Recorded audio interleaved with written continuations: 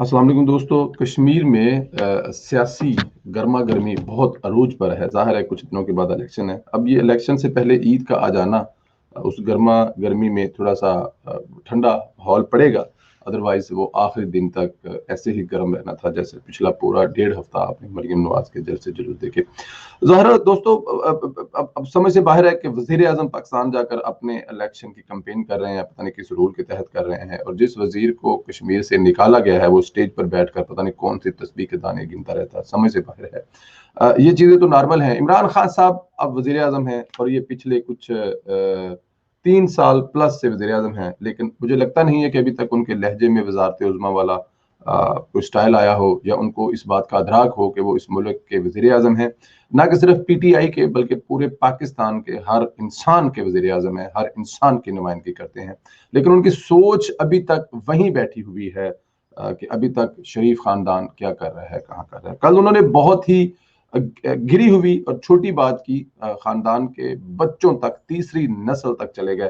पहले वो नवाज शरीफ करते थे, फिर मरियम नवाज, और अब वो मरियम नवाज के बेटे जुनेद सफदर पर भी तनकीद कर रहे हैं।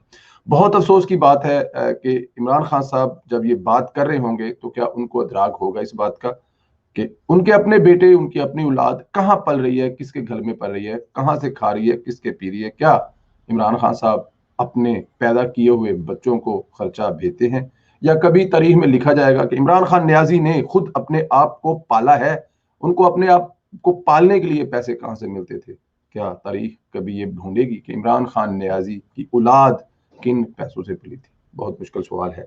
कल उन्होंने जलसे में जुनेद सफदर के बारे में क्या कहा, पहले आपको ये सुनाते हैं, उसके बाद फिर आपको मरियम नवाज का इस पर जवाब भी सुनाते हैं। और अपने पोते का पोलो मैच देखे, पूछे कि पोता जो पोलो मैच खेल रहा है बर्तानिया में, मेरे से पूछे अब आपके कश्मीर के कितने लोग बाहर रहते हैं, मैं कितने आपके कश्मीरी आपके रिश्तेदार लंदनों में मिला हुआ हूं, लंदन में, लंदनो, मैनचेस्टर में। लंदन नहीं, लंदनो। कभी उनसे पूछे कि किस तरह का वहां इंसान पोलो खेल सकता है, तो वो आपको बताएंगे कि ये बादशाहों की खेल है, ये आम आदमी नहीं खेल सकता। वहां घोड़ा रखना, पोलो खेलना बड़ा पैसा चाहिए। तो ये बताएं कि पोता जी को पास पैसा इधर से किधर से आया, ये आपका पैसा है। अभी तक कंटेनर पे खड़ा है, इसमें कोई शक नहीं है, वो बादशाह है।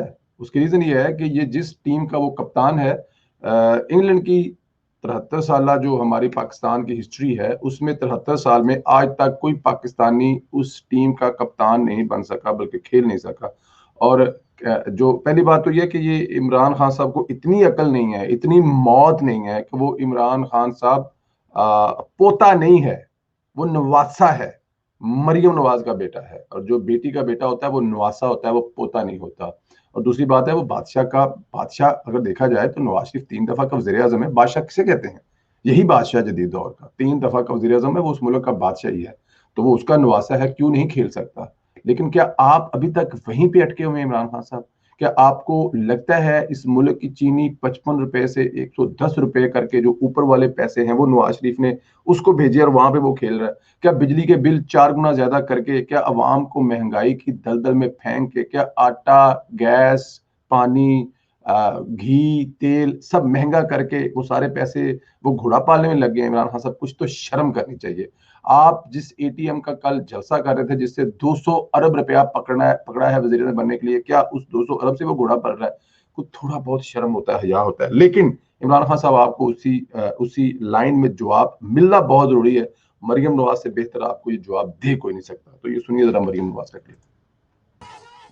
आपने जो मेरे हर जलसे में नारा लगाया, बच्चा बच्चा कट मरेगा, कश्मीर सूबा नहीं बनेगा, कश्मीर की आजादी और खुद मुख्तारी और इज्जत छीनते हुए आपने जो मेरे और ये माजरत से एक दूसरा क्लिप इसमें आ गया है। हम पहले वाला जो क्लिप है जो मरियम नवाज ने इस बारे में कहा है वो जरूर मैं आपको सुनाऊंगा। लेकिन मैं ये बात जो आपको बता रहा था कि इसको कुछ थोड़ा बहुत ख्याल होना चाहिए कि बात अब कहाँ से कहाँ पहुंच गई है। लेकिन खान साहब अभी तक वहीं के वहीं अटके हुए हैं और वहीं के वहीं खड़े हुए हैं। अगर इसको देखा जाए तो मैं ये देख लेता हूँ जरा। अभी तक वो उस जो अपोजिशन का जो शोर है, अपोजिशन का जो शराबा है, वहां से निकल नहीं सके। उनको अभी तक इस बात की समझ नहीं आ रही कि वो इस मुल्क के वज़ीर-ए-आज़म बन गए हैं, लेकिन शायद समझ आएगी भी नहीं, क्योंकि गलत तरीके से बने हैं, और जब गलत तरीके से बने हैं तो उनको कैसे समझ आएगी कि वो अब तक इस मुल्क के वज़ीर-ए-आज़म बन चुके हैं। मैं आपको जो उनको जवाब मिला है वो क्लिप ज़रूर सुनाना चाहूँगा, क्योंकि वो मेरे पास मौजूद है। लेकिन हाँ जी, जी बिल्कुल, ये यहाँ पे हम लोग इसको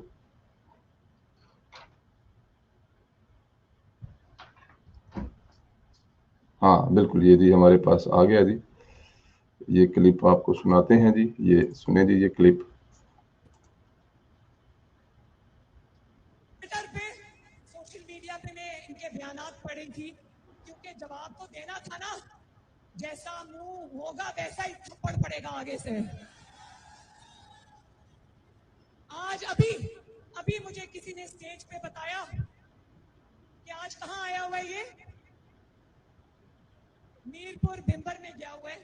वहां जाके नवाज शरीफ का मुकाबला करना तो दूर की बात, उसकी बेटी का मुकाबला करना तो दूर की बात, उसके शेरों का मुकाबला करना तो दूर की बात, आज वहां जाके मेरे बेटे जुनेद सफदर, जो कि नवाज शरीफ का नवासा है, आज ये बंदा इतना गिरा हुआ इंसान है कि इसने आज बच्चों को भी नहीं छोड़ा। कहता है मेरा बेटा बाग वालों पोलो खेलता है, उसको पोलो का बहुत शौक है, और वो तो आज वहां की पोलो टीम का कैप्टन बनकर पाकिस्तान की इज्जत में इजाफा कर रहा है। कहता है वो पोता नहीं है, वो नवासा है।